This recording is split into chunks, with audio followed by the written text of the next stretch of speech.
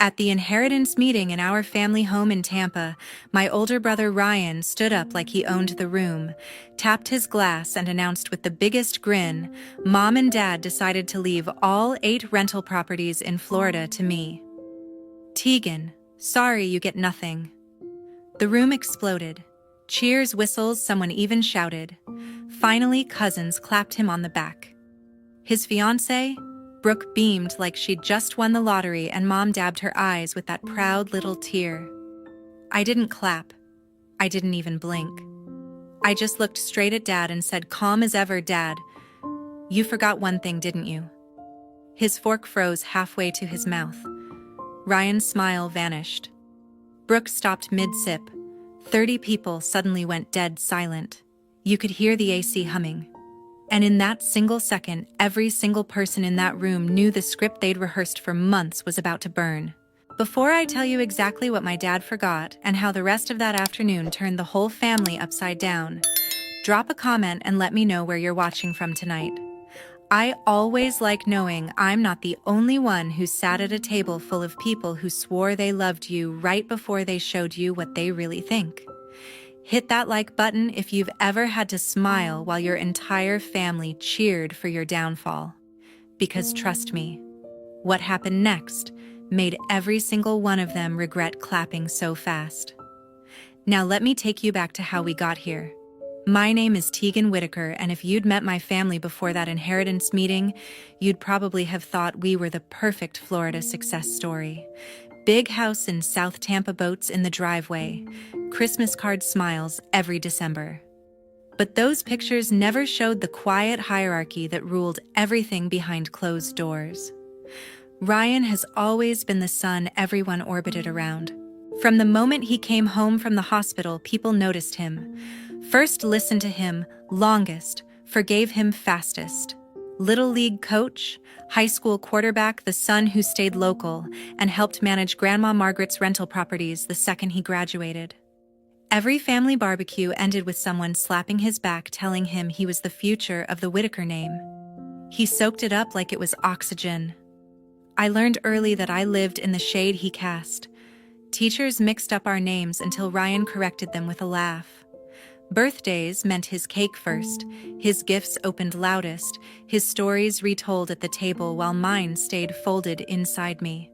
When I asked for extra math tutoring in middle school, Mom sighed that money was tight because Ryan needed new cleats. When I got accepted to the University of Georgia on a full scholarship, Dad's only comment was, "Guess someone has to leave Florida." So I did. The day I turned 22, I packed everything I owned into my beat-up Civic and drove north on I-75 until Tampa was just a glow in the rearview mirror. Atlanta gave me the first real breath I'd ever taken without someone else's shadow on my face. I started as a junior analyst at a commercial real estate firm downtown, crunching numbers on apartment complexes and strip malls, learning how deeds work, how trusts work, how ownership can be moved quietly and permanently when someone knows what they're doing. I still came home, but only when Grandma Margaret asked. She was the one person who never compared me to Ryan, never asked why I couldn't just be happy here, like your brother.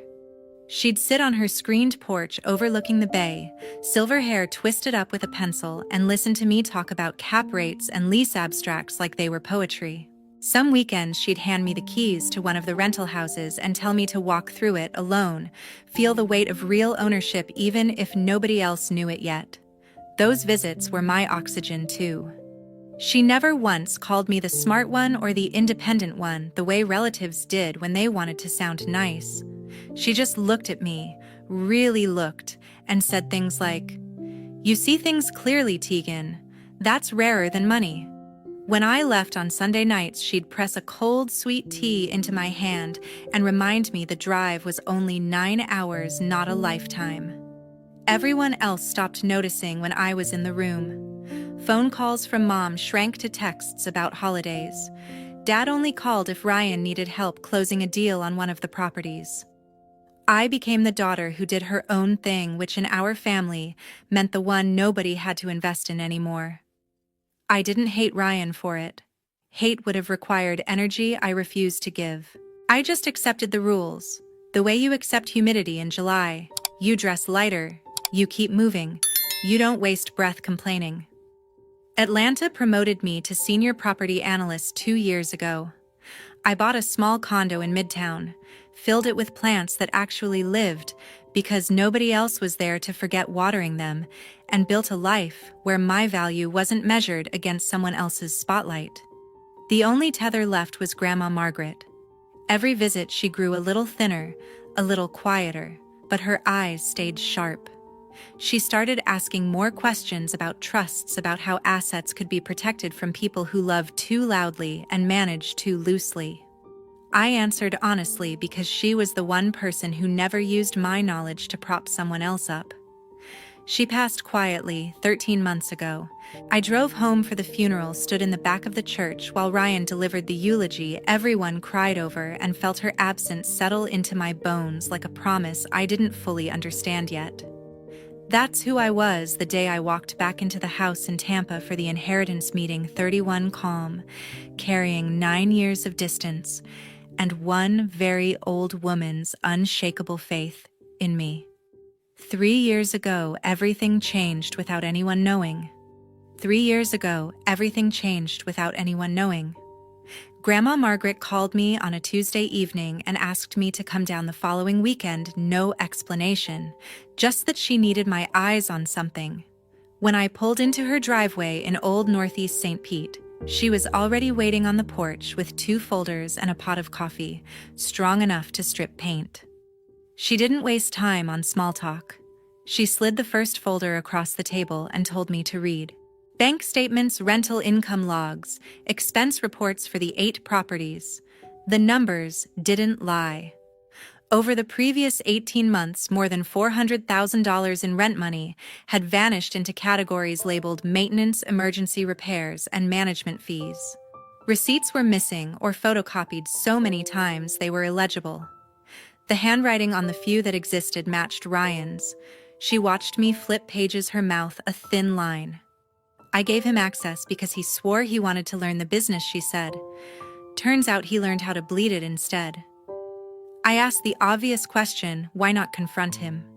She shook her head. Because your parents would defend him. Say boys will be boys. Promise he'll pay it back someday. By the time someday comes, there'll be nothing left to pay back. That was the moment she opened the second folder. Inside were draft documents, a revocable living trust, naming her as trustee for life, and upon her passing, me as sole successor trustee and beneficiary of every single rental property, plus 8 quitclaim deeds ready to transfer title immediately. All she needed was my signature and 2 witnesses.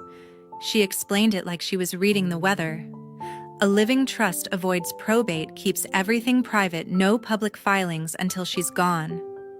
Quitclaim deeds move ownership instantly and quietly. Once recorded, they're ironclad. The notary she trusted was coming Monday morning. No lawyers in the family would ever see the paperwork unless she wanted them to. I asked why me. She looked out at the water and answered without hesitation.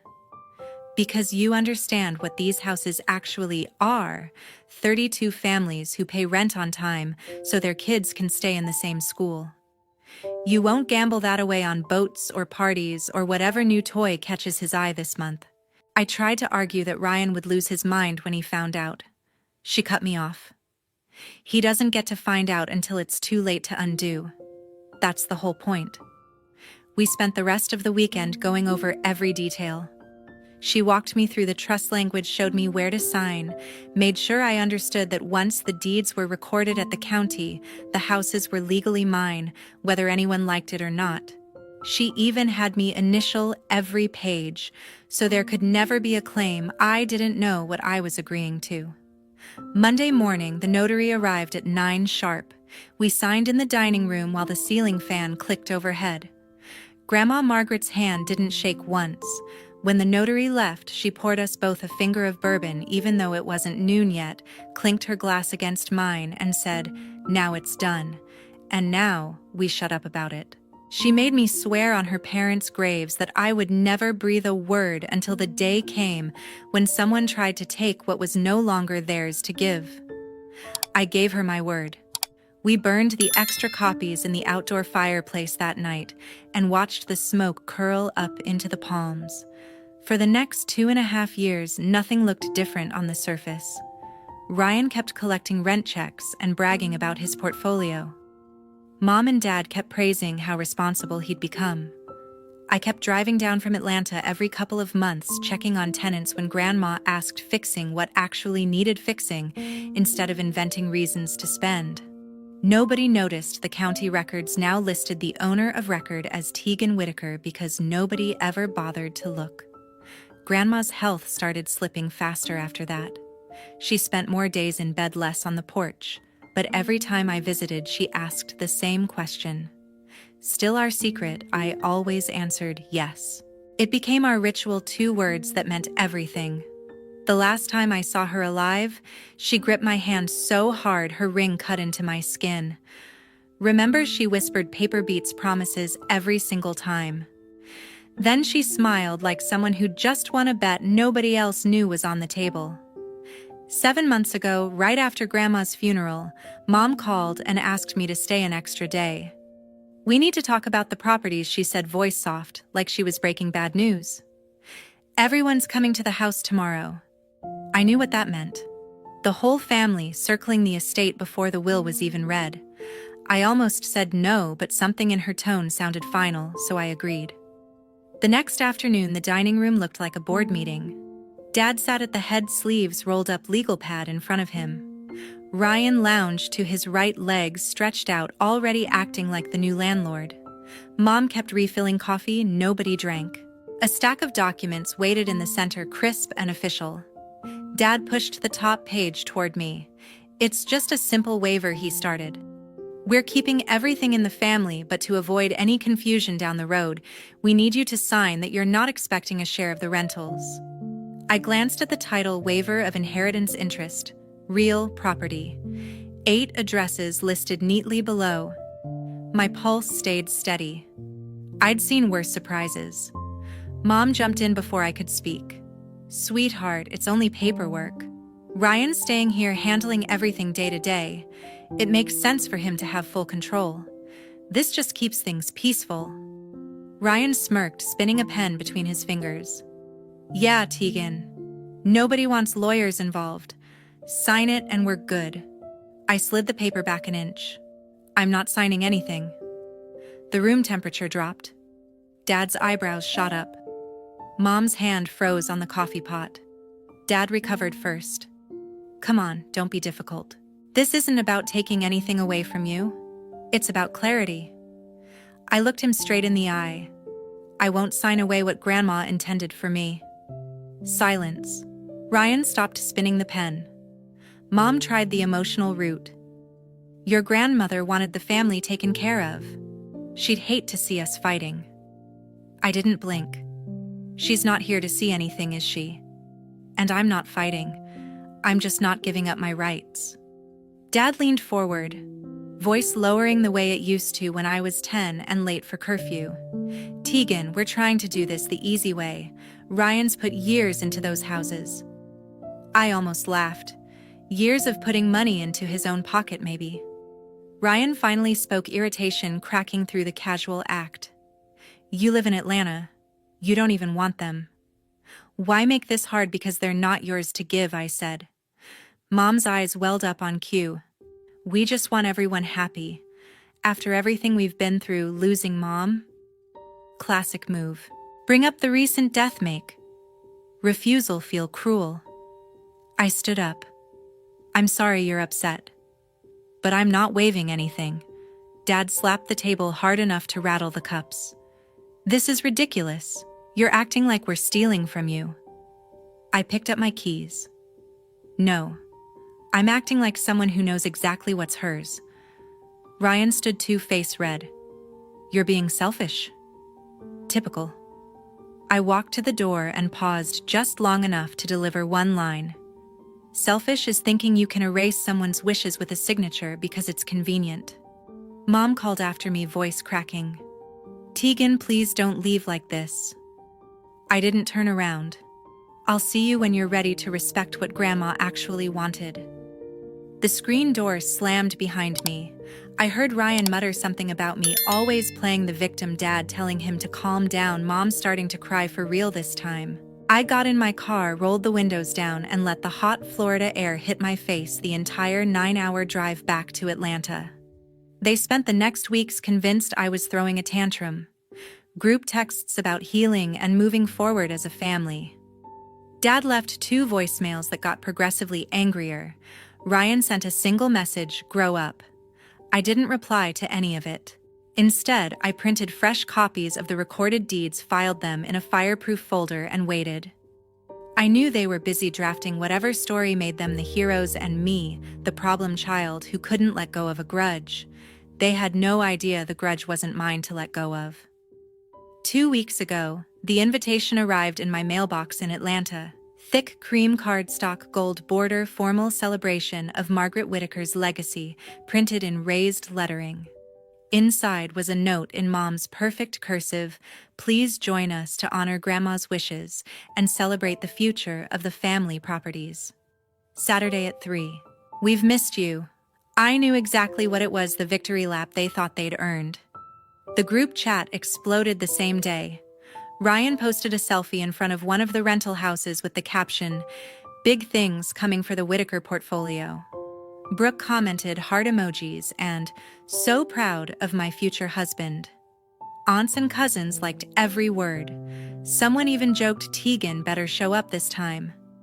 I didn't reply, but I cleared my weekend and packed the rolling suitcase I usually take on business trips. Inside went 3 labeled folders, color-coded tabs, and a flash drive with every recorded document scanned in high resolution. I zipped it shut, loaded the car before dawn on Friday, and pointed south on I-75 for the 9-hour drive I could now do with my eyes closed. The closer I got to Tampa, the thicker the tension felt, even through the windshield. Billboards gave way to palm trees, then to the familiar exit signs. Every mile marker reminded me why I'd left and why I was coming back now. I stopped once for gas outside Ocala and checked my phone. 23 new messages in the family thread, all variations of excitement about Ryan stepping up. Dad sent a private text, looking forward to putting everything behind us. I left it on read. By the time I crossed the Howard Franklin Bridge, the bay sparkling under afternoon sun, my stomach had settled into the cold calm I get before closing a multi-million-dollar deal. I wasn't nervous anymore. I was ready. I pulled into the old neighborhood just after noon on Saturday. Cars already lined the street. Cousins from Orlando, Uncle Ray from Naples, the property manager who'd been sending rent checks to the wrong person for years. White tents dotted the backyard, caterers unloading trays of shrimp and mini crab cakes. A bartender set up under the oak tree. This wasn't a meeting. It was a coronation. Mom spotted me from the driveway and hurried over in heels and pearls, arms open like nothing had happened. "You made it. Everyone's asking about you." She hugged me too tight, perfume clouding the air. Dad followed, clapping my shoulder with that forced heartiness men use when they're pretending everything's fine. "Good to have the whole family together," he said, eyes flicking to the suitcase in my hand. Ryan appeared on the porch with Brooke glued to his side, both holding mimosas. He lifted his glass in a mock toast. "Look who decided to grace us with her presence." Brooke giggled and whispered something that made him laugh louder. A few cousins waved awkwardly. Most pretended not to notice the chill between us. Inside, the house smelled like lemon polish and ambition. Framed photos of Ryan shaking hands with tenants lined the entry table. A blown-up copy of the county tax map sat on an easel, red circles around all 8 addresses. Someone had even printed glossy brochures titled "The Whittaker Family Rentals, A New Era." I wheeled my suitcase straight through the living room and parked it beside the couch, right in everyone's line of sight. Mom's smile faltered for half a second. Dad cleared his throat. Ryan raised an eyebrow but said nothing. People kept arriving. The family attorney, Mr. Hargrove, shook hands and accepted congratulations like he'd already filed the paperwork. Tenants who'd been invited as a courtesy milled around looking confused, but happy for free food. Childhood friends of Ryan slapped his back and asked when the closing date was. I made small talk when cornered, accepted a bottle of water, and watched the room fill with certainty that the story had already been written. Every congratulation aimed at my brother landed like another brick in the wall they thought would keep me out. Brooke floated past in a sundress diamond on her left hand, catching every light. "This is going to be our future," she told a cluster of ants, gesturing at the brochures. 8 steady income streams before we even say I do. Ryan beamed, arm around her waist, accepting praise like it was his birthright. I stood by the window, suitcase handle still in my grip, counting faces. 32 people, give or take. Enough witnesses that no one could claim later they didn't see what was coming. The living room was packed when Ryan finally stood up. Champagne flute raised, high voice, carrying over every conversation like he'd rehearsed it for weeks. "I just want to thank Mom and Dad for trusting me with Grandma Margaret's legacy," he began, flashing that practiced grin. "As of today, all 8 rental properties are officially under my name. The family tradition continues stronger than ever."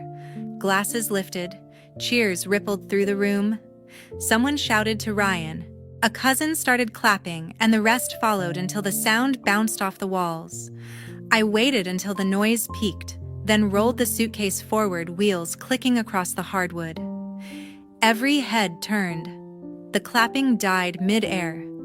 I stopped beside the coffee table, clicked the latches, and flipped the lid open. 30 pairs of eyes locked on the neat stacks inside. Dad found his voice first. "Tegan, what is this?"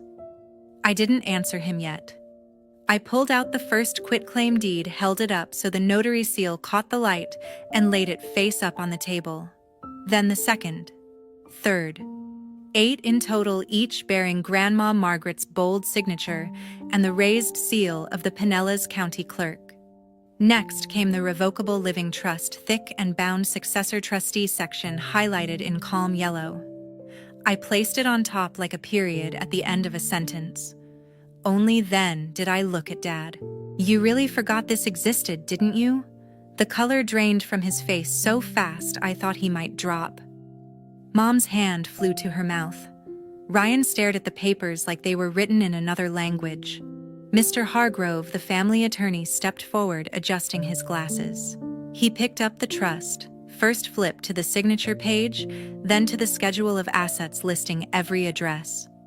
His fingers moved faster as he cross-checked the quitclaim deeds against the county stamps. He looked up slowly. "These are recorded," he said, voice flat. "All of them. 3 years ago. Tegan is the legal owner of record. There is no probate interest left to distribute." You could hear ice melting in forgotten glasses. Ryan lunged for the documents. "That's impossible. Grandma was sick. She didn't know what she was signing. Mr. Hargrove didn't hand them over. I notarized similar documents for Margaret myself. The handwriting matches. The notary is licensed and present in the county records. These are binding." I finally spoke again, calm and clear. Grandma knew exactly what she was doing. She made sure the houses went to someone who would protect the tenants, not bleed them. Dad tried to stand, sat back down hard. "She never told us." "No," I said. "She didn't." Ryan's face twisted. "You hid this the whole time. You let us plan everything. I let you plan what you thought was yours." I cut in. Grandma asked me to wait until someone tried to take what she'd already given away. Today seemed like the day. Mr. Hargrove closed the trust with a soft thud that sounded final. "Legally, the matter is settled. The properties belong to Tegan. End of discussion." Aunts shifted in their chairs. Cousins exchanged glances. The property manager, who'd been congratulating Ryan 5 minutes earlier, now looked like he wanted to disappear into the carpet. Mom found a whisper. "How could you do this to your own brother?" I met her eyes. "I didn't do anything. Grandma did. I'm just the one following through." Ryan slammed his glass down so hard the stem snapped. Champagne pooled across the table, soaking the corner of one deed. I didn't flinch. "You think you've won?" he spat. "I didn't come here to win," I said. "I came here to make sure her wishes were respected." The room stayed frozen. No one moved to clean the spill. No one moved at all. Brooke's glass slipped from her hand and shattered on the floor. Champagne spraying across the shoes and ankles. She didn't bend to pick up the pieces. She just stared at me, mouth open, then at Ryan, then back at the papers. Without a word, she grabbed her purse, pushed past two cousins, and walked straight out the front door. The screen slammed behind her. Nobody went after her. Ryan's face went from red to purple. He snatched the living trust from Mr. Hargrove's hands and started flipping pages wildly. "This is fake," he shouted. "She forged it. Grandma was on painkillers the last year. She didn't know what day it was." Mr. Hargrove took the document back, calm as ever. He turned to the signature page and began reading aloud, slow and deliberate. Article 4, Section 2.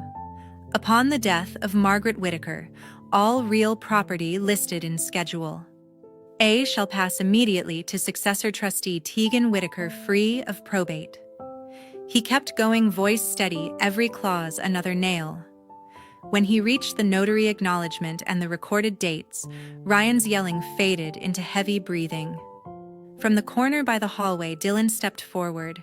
My middle brother, the quiet one who'd spent years blending into walls, spoke for the first time all afternoon. "She's telling the truth," he said. Every head swiveled. "I was there the day Grandma signed. She asked me to drive her to the notary because she didn't want Mom or Dad knowing. I waited in the car. She came out smiling." Ryan spun toward him. "You knew and didn't say anything." Dylan met his glare. "She made me promise the same thing she made Tegan promise. Some promises matter more than keeping the peace." Mom crumpled onto the couch, hands over her face, shoulders shaking. Dad looked 10 years older in 10 seconds. He slid down to his knees right there on the rug, reaching toward me like I was the last solid thing in the room. "Tegan, honey, please. We didn't know. We can fix this. We'll redo everything. Just don't take it all away from your brother." His voice cracked on the last word. Tears ran down his cheeks, real ones this time. Mom reached for my hand, mascara streaking. "We thought we were doing what was best for the family. We thought Ryan needed it more. You're doing so well on your own." I pulled my hand back before she could grab it. "This was Grandma's decision, not mine." Ryan lunged again, this time at me. Dylan moved faster, stepping between us, one palm on Ryan's chest. "Back off," Dylan said, low and firm. Ryan stopped, breathing hard, fists clenched but useless. Aunts and uncles stood frozen, some with phones half raised, recording, others looking at the floor. The property manager slipped out the side door without saying goodbye. The caterers hovered in the kitchen doorway, unsure whether to keep serving or start cleaning up the mess that had nothing to do with spilled drinks. Dad stayed on his knees. "We'll sell the boats.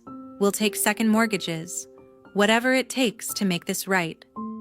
Mom sobbed louder. "We're so sorry. Please don't hate us." I looked at both of them, then at Ryan, shaking with rage, then at Dylan, standing steady beside me for the first time in our lives. "I don't hate you," I said. "But I'm done fixing things for people who never saw me as part of the solution." I closed the suitcase, latched it, and set the handle upright. Mr. Hargrove cleared his throat. "I'll prepare the necessary notices to all tenants and financial institutions first thing Monday. Ownership transfer is already complete. This is purely administrative." Ryan made a sound like a wounded animal. Mom wailed into a throw pillow. Dad just stared at the floor. I picked up my keys. 3 months later, the dust had settled, but nothing was the same. 3 months later, the dust had settled, but nothing was the same. Ryan's name disappeared from every lease, every bank account, every vendor contract tied to the 8 properties. Tenants started receiving new payment instructions with my name at the top. Most of them never even noticed the change. Rent stayed the same, repairs got done faster, and nobody tried to charge them for fake roof work anymore. The IRS notice arrived the week after the meeting. Turns out years of writing off personal vacations as property inspections and new trucks as maintenance vehicles finally caught up. They froze what was left of Ryan's accounts and slapped a lien on anything still in his name. He lawyered up with money he didn't have and lost anyway. The final penalty came in at just over 6 figures. He's still paying it off on a payment plan that will follow him for years. Mom and Dad put the big house on the market 30 days later. The boats went first, then the jet skis, then Mom's jewelry collection. They moved into a 2-bedroom condo near Carrollwood, with a view of a parking lot instead of the bay. Dad took early retirement because the stress gave him heart palpitations. Mom started working part-time at a boutique to cover groceries. They stopped hosting holidays. Nobody felt like celebrating. Brooke sent back the ring by mail, no note. Ryan moved into a studio apartment downtown and took a job selling cars on Dale Mabry. He still drives past the rentals, sometimes slows downstairs, then speeds off when he sees my management sign in the yard. Dylan texts me every couple of weeks. Just short check-ins, nothing heavy. He's the only one I answer. He says the rest of the family talks about me in past tense like I died instead of Grandma Margaret. I tell him that works for me. I stayed in Atlanta. The rental income covers my mortgage and then some. I hired a local management company run by women who actually return calls within an hour. Vacancies dropped, tenant satisfaction went up, and every month the numbers land in my account clean and quiet. I bought 2 more properties last quarter, smaller deals, but mine, from day one. Not a single family member has tried to reach me directly. No letters, no emails, no drive-by visits. The last voicemail I got was from Mom 2 months ago, crying, asking if I'd come for Christmas. I didn't call back. I deleted it and blocked the number the same day. Some nights I sit on my balcony in Midtown city lights below and think about the little girl who used to beg for math tutoring while her brother got new cleats. That girl learned the world rewards the loudest voice in the room until someone finally decides to speak with proof instead. Blood doesn't guarantee loyalty. It never did. The only thing that ever protected me was an old woman who saw the future clearly enough to put it in writing, and a promise I kept when it mattered most. I still have the fireproof folder. Every deed, every trust page, every recorded stamp sits inside it on the top shelf of my closet. I don't look at it often. I don't need to. The houses pay the bills, the tenants stay happy, and my phone stays silent from anyone who once called themselves family. Grandma Margaret was right. Paper beats promises every single time, and some doors, once you close them, stay closed for good. If you've ever had to choose between the family you were born into and the peace you built yourself, tell me in the comments where you're watching from tonight. Because sometimes the hardest thing isn't walking away, it's refusing to walk back.